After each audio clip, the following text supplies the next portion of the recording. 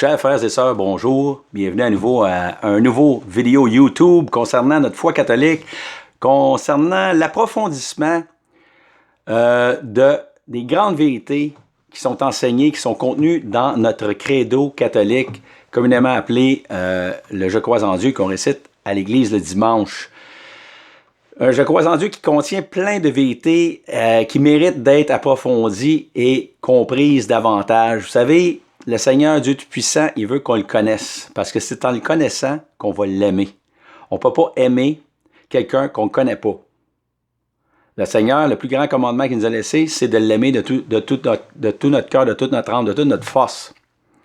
Il faut le connaître pour l'aimer. Puis il faut connaître jusqu'où son amour a été pour nous, concrètement, pour vraiment tomber en amour avec le Seigneur Jésus-Christ. Ceci dit, avant de commencer cet épisode, j'aimerais vous encourager. Si vous aimez le contenu de ce que je fais ici sur YouTube, je sais que c'est pas écouté par énormément de gens, c'est pas grave. Si je peux aider 2 personnes, 3 personnes, 4 personnes à mieux connaître leur foi catholique, puis à plus s'engager en avant dans leur foi, puis dans une espèce d'effort d'évangélisation de notre société qui en a grandement besoin, ben ça vaut la peine. Et justement, en parlant de ça, écoutez, n'hésitez pas à partager cette vidéo si vous voulez avec qui vous voudrez. N'hésitez pas aussi à mettre un thumbs up sur YouTube. N'hésitez pas à m'envoyer un commentaire, une question, n'importe quoi. Faites-moi signe de vie, parce que moi, je ne sais pas, des fois, je me dis, écoutez, je suis ici, j'enregistre une vidéo de chez moi, je suis devant mon téléphone, puis alentour, c'est des murs vides, il n'y a personne devant moi, là. Alors, j'ai l'impression de parler à personne. Donc, manifestez-vous, donnez-moi un petit signe de vie. Dites-moi, salut Jean, ça va bien, je suis là, moi j'aime ça ce que tu fais ou j'aime pas ça, ça fait pas de différence. Mais faites-moi un signe de vie, montrez que je suis pas tout seul, que je me parle pas tout seul, puis je suis pas en train de parler juste à mon téléphone puis aux 4 murs ici. Donc, ça va m'encourager, me donner un petit pep parce que des fois, je ne sais pas, des fois je me dis, je fais tout ça pour rien. Moi, je suis en train de juste parler dans les airs. Vous savez, j'ai donné, ceux qui me connaissent, vous savez que j'ai donné des cours de Bible pendant longtemps, dans différentes paroisses. Pendant une dizaine d'années, j'ai été impliqué dans différentes paroisses. Je me suis promené un peu partout dans le diocèse de Gatineau. Et puis, mais j'avais toujours du monde devant moi. J'avais des fois 10, 15, 20, j'ai eu des groupes jusqu'à, mon Dieu, 40 personnes devant moi à un certain moment donné durant les cours de Bible que je donnais. Et donc ça, c'est le fun parce qu'on a de la rétroaction, on voit les gens, on voit les yeux des gens qui nous regardent, on voit s'ils ont des réactions dans leur visage, etc. Ça. Là, la difficulté quand on fait des vidéos YouTube, c'est qu'on n'a aucune rétroaction. On voit même pas personne devant nous, on ne sait pas si on parle dans le vide, on ne sait pas si, en tout cas, ce qu'on dit est bien reçu, mal reçu. On n'a aucun feedback d'un public devant nous. Donc ça, c'est la partie un petit peu plus difficile à faire des vidéos, parce que motivé à faire des vidéos sur YouTube. Puis moi, j'ai cette difficulté-là, moi aussi, comme n'importe qui. J'étais un être humain comme un autre. Alors, priez pour moi. Puis j'aimerais qu'on prie en commençant cette vidéo, en récitant la prière que le Seigneur lui-même nous a enseignée, quand il nous a montré à ses apôtres à prier. Notre Père, qui es aux cieux, que ton nom soit sanctifié, que ton règne vienne, que ta volonté soit faite sur la terre comme au ciel. Donne-nous aujourd'hui notre pain de ce jour. Pardonne-nous nos offenses comme pardonnons aussi à ceux qui nous ont offensés. Et ne nous laisse pas entrer en tentation, mais délivre-nous du mal. Amen. Mes frères et sœurs, écoutez, je vais vous parler aujourd'hui du nom de Dieu. Parce que le nom de Dieu puis Jésus-Christ, il y a une relation entre les deux. Et c'est très important de connaître ça. Et je pense qu'il y a beaucoup de confusion présentement. Quand on lit la Bible, là, quand on se met à lire la Bible, souvent, il y a de la confusion à propos du nom de Dieu dans l'Ancien Testament. Le fameux nom qui a été révélé à Moïse quand Moïse a été auprès du buisson ardent sur la montagne. Puis qu'il s'est entretenu avec Dieu, puis il a demandé à Dieu, quel est ton nom? Là, il y a quelque chose de crucial qui se passe ici, puis il y a quelque chose de crucial à connaître dans l'histoire de nos ancêtres dans la foi, les Hébreux, le peuple hébreu de l'Ancien Testament. Écoutez bien, là. Je veux clarifier quelque chose qui est souvent pas... Ça, il y a de la confusion dans l'esprit des gens à propos de ça. Puis en parlant de confusion, ça, c'est une des autres raisons, vous savez, pour lesquelles il faut absolument apprendre à connaître notre foi, puis à corriger les erreurs qu'on a peut-être assimilées au fil des années parce qu'on ne s'est jamais fait enseigner rien correctement ou clairement. Si vous appartenez à ma génération des années 60, on a grandi, nous autres, dans une église catholique qui enseignait à peu près plus rien. ou qui des fois enseignaient de façon très vague des vérités à moitié expliquées, à moitié comprises. On ne savait pas trop ce qu'on s'en allait. Il y a eu beaucoup de mauvais théologiens. Ils continuent de déferler encore aujourd'hui, ces théologiens-là, et ils ont enseigné des fois le contraire de ce qui est vraiment l'enseignement véritable de l'Église. Donc, souvent, je vais dire comme Monseigneur Fulton G. Sheen, le célèbre évêque américain qui a eu une émission très populaire des années 50 aux États-Unis, Life is Worth Living, ceux qui connaissent Fulton G. Sheen. Il disait ceci, en anglais, je vais vous le traduire vite fait, là. Il disait, "There's not one person in the United States, parce qu'il est aux États-Unis, that hates the Catholic faith. They hate what they think the Catholic faith is." Ce qui veut dire, ce qui se traduit en français, il n'y a pas une seule personne aux États-Unis qui déteste vraiment la foi catholique. Ce qu'il déteste, c'est ce qu'il pense qui est la foi catholique. Et c'est souvent ça, c'est que quand on enseigne la foi catholique tout croche, ben les gens la comprennent encore plus tout croche, puis ils se font des idées tout croche à propos de ce qui est la foi catholique, l'Église catholique, son enseignement, et ainsi de suite. Et c'est pour corriger ça. Et vous voyez, même auprès de supposés catholiques, là, qui se disent bien catholiques. Là. Moi, je fais partie, là, je vous partage cette petite anecdote-là avant de commencer. Là. Je m'étais inscrit sur un groupe Facebook, là, un groupe de prière pour passer la crise actuelle. Là. Je ne vais pas nommer de nom, là. Mais j'ai posté mon dernier vidéo, les 2 parties de mon dernier vidéo, le salut en Jésus seul. Là. J'ai voulu poster ça sur ce groupe-là. J'ai dit, ça va peut-être intéresser des gens, c'est des catholiques. J'ai eu une question qui m'a été posée immédiatement par la gestionnaire du site. Êtes-vous un évangélique protestant? Parce qu'ici, nous autres, on est des catholiques, on croit à la Vierge Marie, tatata. Voyez là, comment, dès que tu parles de la Bible dans l'Église catholique, les gens pensent que ce livre-là, ça a quelque chose à voir avec les protestants, ça n'a rien à voir avec nous autres, les catholiques. Nous autres, on lit ça, mais tu sais, c'est pas vraiment sérieux. Ça n'a pas une place super importante. Nous autres, c'est... tu sais, nous autres, on croit à la Vierge Marie, là. Moi, je comprends pas ce qu'il vient faire avec la Bible ici, là. Seigneur, Dieu Tout-Puissant. Il y a seulement 2 sources qui font autorité dans l'Église catholique pour tout enseignement que l'Église va transmettre et va garder et va défendre depuis le début à travers les siècles. Il y a juste 2 sources autoritaires, comment je pourrais dire, qui font autorité.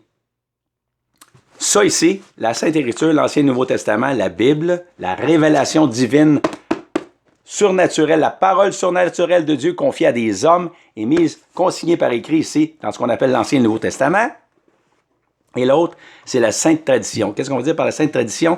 C'est tout simplement les pratiques anciennes de l'Église des premiers siècles, qui eux autres aussi ont été consignées par écrit par ceux qu'on appelle les pères de l'Église. On va retrouver chez les pères de l'Église sont des témoins historiques de comment les premiers grands chefs de l'Église, les premiers évêques, les premiers successeurs des apôtres, parce que les apôtres ne sont pas juste...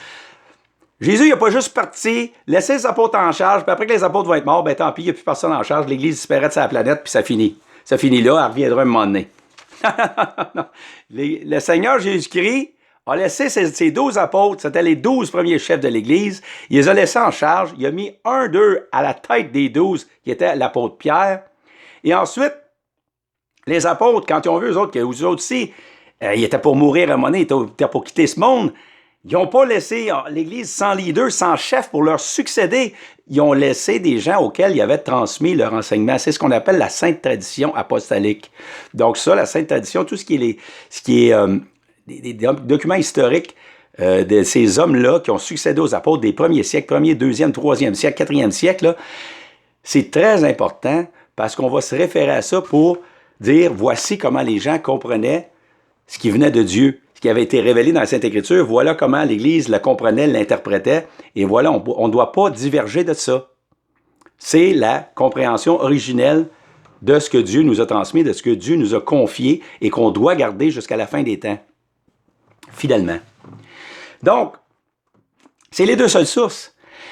Les apparitions de la Vierge, là, puis les révélations privées, puis la Vierge qui est apparue en 2012 à un tel, puis elle a dit, Jésus, il m'a dit de vous dire ceci, puis cela, puis tatati, puis tatata, là, ça a 0 autorité dans l'Église. 0. Quand l'Église catholique approuve une manifestation surnaturelle, que ce soit une apparition de la Vierge Marie ou autre chose, là, ce n'est qu'une approbation négative. C'est-à-dire, qu'est-ce que ça veut dire? Ça veut dire, l'Église dit, OK, d'après ce qu'on sait des messages qui ont été transmis là, il n'y a rien qui contredit la doctrine révélée de la foi catholique qui vient de la Sainte Écriture et de la Sainte Tradition. Donc, c'est correct, on ne s'oppose pas à la chose comme telle.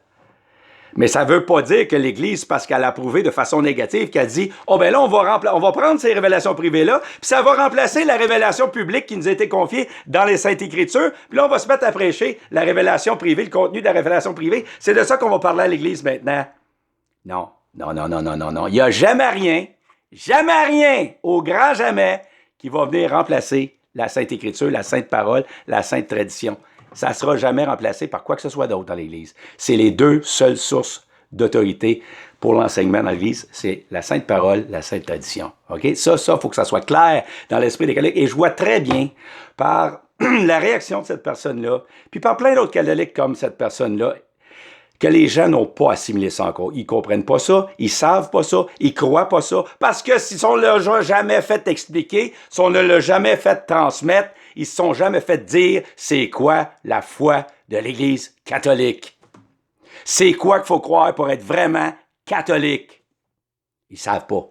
Donc, d'où l'importance de se faire recatéchiser et des cours de Bible, moi, que j'ai donné pendant 10 ans, ce n'était qu'une occasion pour pouvoir nous réenseigner, nous remémorer des grandes vérités de la foi catholique, puis les réviser, les réapprendre à nouveau et vraiment essayer de les assimiler pour les comprendre.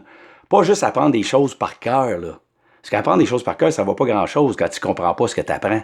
Il faut que tu comprennes. Donc, il faut comprendre le contenu des Saintes Écritures. Et une des choses que je veux clarifier aujourd'hui, ça ne sera pas trop long, c'est le nom de Dieu. Dans l'Ancien Testament, écoutez bien. Moïse, chapitre 3 de l'Exode. Bon, voilà le petit extrait, là, mais vous le connaissez tous. C'est un des passages les plus connus peut-être de l'Ancien Testament. Moïse va monter sur la montagne, il a vu un buisson ardent. Dieu va se révéler à Moïse, va lui parler, il va dire qu'il veut l'envoyer libérer son peuple d'Égypte. Et Moïse lui dit un moment donné à Dieu, au chapitre 3, au verset 13, Moïse dit à Dieu, « Voici, je vais aller vers les fils d'Israël et je leur dirai, « Le Dieu de vos pères m'a envoyé vers vous. » Mais s'ils me disent quel est son nom, que leur dirai-je? Hein? Comment tu t'appelles, toi? Tu es le Dieu d'Abraham, d'Isaac et de Jacob. Oui, oui, tu es leur Dieu, tout ça, mais as-tu un nom? Comment je pourrais t'identifier officiellement auprès de ton peuple? Et la réponse de Dieu est celle-ci. Elle dit, Dieu dit à Moïse, « Je suis celui qui est. » Ou « Je suis », d'autres traductions vont dire, « Je suis celui qui suit. » Tu parleras ainsi aux fils d'Israël, « Je suis m'a envoyé vers vous. » Mais c'est quelque chose comme nom. Je m'appelle Je suis. Vous voulez savoir qui je suis? Je suis. En voulant dire, là, Dieu est en train de dire, moi, je suis celui qui a toujours été. Je suis l'être par l'excellence. Je suis celui qui englobe tout ce qui est existant, c'est moi. Je suis. De toute éternité, je suis. Je suis le commencement et la fin. Je suis l'alpha, l'oméga, va dire Jésus dans l'Apocalypse. Donc, il s'identifie comme étant celui qui est l'être par excellence, de qui tirent leur existence tous les autres êtres, comme les petits êtres qu'on est, nous autres, des êtres humains. Puis là, ça, c'est le nom de Dieu. Ça devient le nom de Dieu. Donc là, nos ancêtres dans la foi, le peuple juif va comprendre, ça, c'est le nom sacré de Dieu, je suis. Puis quand ils vont recevoir les commandements un petit peu plus tard, Moïse, sur la montagne, quel est un des commandements, le premier commandement qu'ils vont recevoir? Je suis le Seigneur ton Dieu, qui t'a fait sortir d'Égypte, tu n'auras pas d'autre Dieu devant moi, OK?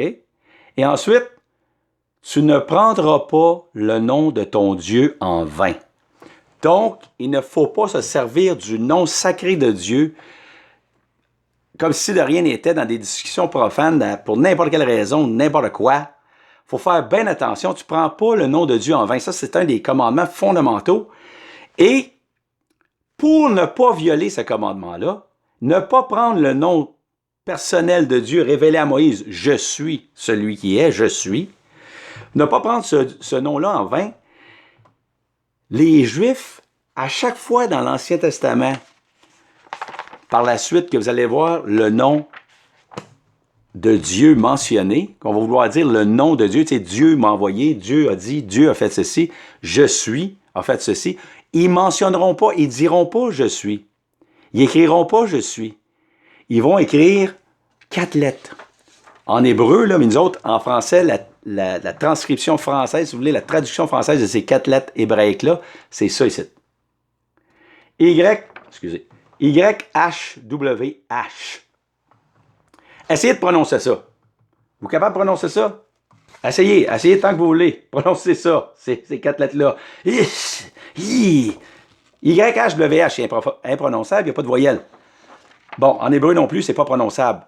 Donc, de cette manière-là, quand les Juifs lisaient l'Ancien Testament, leurs Saintes Écritures, le sabbat, ils arrivaient devant le YHWH, qui était le nom de Dieu, ils ne pouvaient pas le prononcer. Donc, ils ne pouvaient pas prendre le nom de Dieu en vain. Tu sais, comment tu fais pour prendre le nom de Dieu en vain si tu n'es même pas capable de le prononcer? Alors, par respect, par ultime respect pour le nom de Dieu, pour ne pas avoir à le prononcer et peut-être même le prononcer en vain et donc offenser Dieu, ils écrivaient YHWH. Ça voulait dire « je suis ». Ça remplaçait le nom de Dieu et on ne le prononçait pas. Alors, qu'est-ce qu'on disait à la place?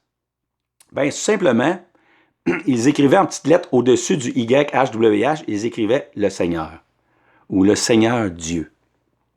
Et là, quand ils lisaient l'Ancien Testament, puis ils arrivaient devant YHWH, qui était le nom, qui représentait le nom sacré de Dieu révélé à Moïse, au lieu de prononcer ça, ce qui était imprononçable, ils lisaient ce qui était écrit au-dessus, le Seigneur. Donc, le Seigneur dit, le Seigneur Dieu a dit, le Seigneur, le Seigneur, le Seigneur. C'est toujours le Seigneur. C'est toujours traduit par le Seigneur, au-dessus du YHWH. En voulant dire, quand on dit le Seigneur, on parle de cet être sacré qui s'est révélé à Moïse dans le buisson ardent, sur le mont Sinaï, qui nous a révélé son nom propre, son nom personnel, et c'est ce Dieu-là est le Seigneur. On mentionne pas son nom, on écrit YHWH, c'est imprononçable, pour ne pas offenser ce Dieu-là qui nous a révélé son nom propre. Donc, on écrit le Seigneur, puis on prononce le Seigneur. OK?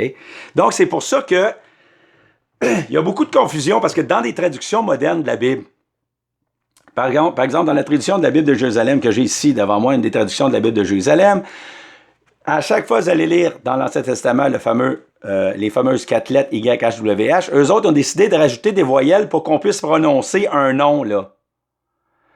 Ils rajoutent un A, puis un E, ça fait Yahweh. Ou des fois, ils vont enlever le W, ils vont mettre un V, ça fait Yahvé.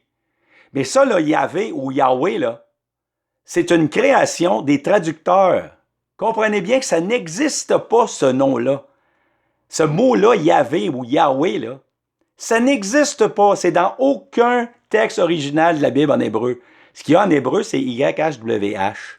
Il n'y a pas de Yahweh, il n'y a pas de voyelle. Ça, c'est une création littéraire, une création des traducteurs en français qui ont décidé de mettre ces lettres-là pour pouvoir prononcer le nom, parce que les autres, ils sont dit, nous autres, on va le prononcer quand on lit.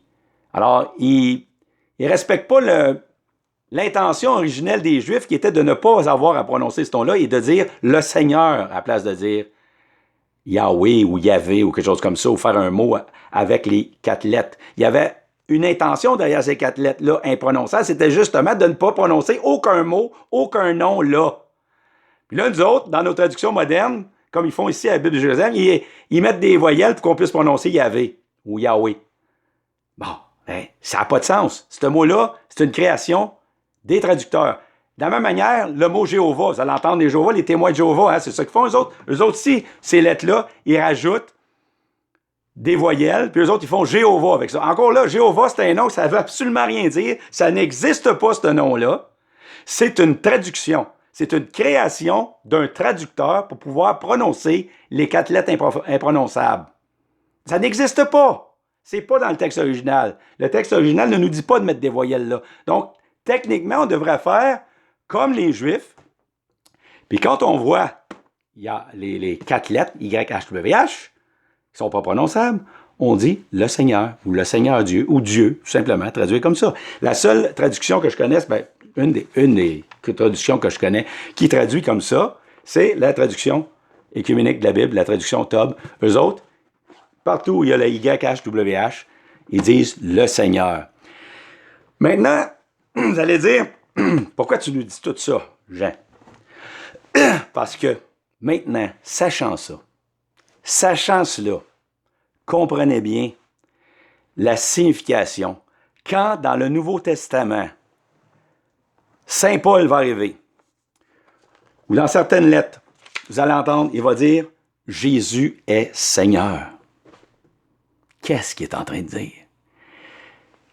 Dans l'Ancien Testament, là, le nom même de Dieu, YHWH, je suis celui qui est, on met au-dessus le Seigneur. Ça, c'est le Seigneur, c'est le Dieu, le créateur du ciel et de la terre, celui qui s'est révélé à Moïse. Quand on dit Jésus est Seigneur, mais on est en train de dire que Jésus puis le Dieu créateur de l'univers, c'est un et la même personne. Que Jésus, c'est le créateur du ciel et de la terre, c'est le créateur de l'univers tout entier, que c'est lui qui s'est révélé sur le mont Sinaï à Moïse. C'était lui, c'est la même personne qui est là en Jésus-Christ. Jésus est Seigneur. C'est pour ça que dans la lettre aux Corinthiens, premier épître aux Corinthiens, au chapitre 12, écoutez bien ça, là. J'ai oublié de noter exactement quel verset c'était. Mais il va dire, Saint Paul, en effet, nul ne peut dire Jésus est Seigneur si ce n'est par l'Esprit Saint. En voulant dire quoi? Nul ne peut dire Jésus est Seigneur. Nul ne peut reconnaître que Jésus puis Dieu, c'est un et la même personne. Que Jésus puis le Dieu de l'Ancien Testament qui s'est révélé à Moïse, je suis sur la montagne, c'est un et la même personne. Que le je suis qui s'est révélé à Moïse, c'est Jésus. Il est ce je suis. Il est ce je suis, celui qui est. Il est la même personne. Nul ne peut dire Jésus est Seigneur si ce n'est par l'Esprit Saint qui a fait comprendre que Jésus-Christ est bel et bien Dieu, vivant, qui est venu, qui s'est révélé, qui a marché parmi nous, qui s'est entretenu avec nous face à face. C'est là l'unique, le même Dieu, ce Jésus, ce Seigneur-là, qu'on traduisait justement, dont le nom était traduit par le Seigneur partout dans l'Ancien Testament, par le Juif. Donc, quand on dit Jésus est Seigneur, on dit Jésus est Dieu. Donc, c'est quand même d'une importance extrême, parce que c'est les premières grandes affirmations par les chrétiens que Jésus, c'est Dieu. Et pour les Juifs, là, ils comprenaient très bien à l'époque ce que les chrétiens affirmaient quand ils disaient comme ça, quelque chose comme Jésus est Seigneur. Ils équivalaient Jésus avec Dieu, lui-même le Créateur qui s'était révélé à Moïse dans l'Ancien Testament. C'est comme c'était un blasphème pour certains Juifs. Ils déchiraient leurs vêtements d'entendre ça. Et vous comprenez d'autant plus pourquoi ils ont persécuté les chrétiens, parce qu'ils ne pouvaient pas accepter qu'on fasse de cet homme-là l'égal de Dieu. Et pourtant, les chrétiens l'ont fait parce que les chrétiens le savaient, ils avaient reconnu le Dieu vivant qui s'était révélé à Moïse en Jésus-Christ. Alors, ça vous laisse une idée de l'importance de ça et de justement pas jouer avec les traductions pour faire n'importe quoi avec les mots. Comme je vous dis, Jéhovah, Yahvé, Yahweh, ces choses-là, ça n'existe pas ce nom-là dans l'Ancien Testament. Ce n'est qu'une création de traducteurs. Alors, faites attention, quand on lit, là, respectons le texte original. C'est ça qui dit le texte original. Puis ça, c'est pas prononçable. Puis, les Juifs disaient le Seigneur Dieu. Et on comprend maintenant la signification que ça a parce que, par rapport à Jésus, quand on dit Jésus est Seigneur. Alors, je voulais que les gens comprennent ça. Je voulais au moins clarifier cette petite question-là. C'était juste ça que je voulais faire dans ce petit vidéo pas trop long d'aujourd'hui. Alors, je vous souhaite que le Seigneur, Dieu Tout-Puissant, vous bénisse au nom du Père, du Fils et du Saint-Esprit, tous et chacun. Soyez richement bénis. J'espère que vous profitez de ces petits vidéos-là, que ça peut vous aider en quelque part, vous aider à, je ne sais pas moi, à renouveler votre foi, à avoir une foi plus ardente. Parce que vous savez, on est l'Église de la persévérance présentement. On est vraiment dans une période particulière de l'Église où on est persécuté de tous bords, de tous côtés, et même à l'intérieur de l'Église. L'Église est attaquée de l'intérieur par ses propres ministres comme jamais dans l'histoire. On doit être persévérant, on doit se confier dans notre Seigneur Jésus-Christ, dans sa sainte parole, renouveler notre foi de l'intérieur et persévérer jusqu'à la fin et espérer pour un renouveau, un réveil spirituel dans l'Église catholique, un changement de cap, qu'il y ait un véritable réveil, que les gens soient vraiment saisis par un amour de Dieu, un amour de sa parole, un amour de le connaître et de le faire connaître à autrui. Alors, je vous laisse là-dessus. Que le Seigneur vous bénisse. Et aux prochaines vidéos, n'oubliez pas de me laisser un commentaire en bas pour me laisser savoir que je n'ai pas parlé dans le vide aujourd'hui. Encore une fois, que j'ai parlé à des gens qui étaient là. Laissez-moi, faites-moi un petit signe de vie. Si c'est juste un allô, c'est correct. Et puis, on se reparle aux prochaines vidéos. Salutations, que le Seigneur vous bénisse tous.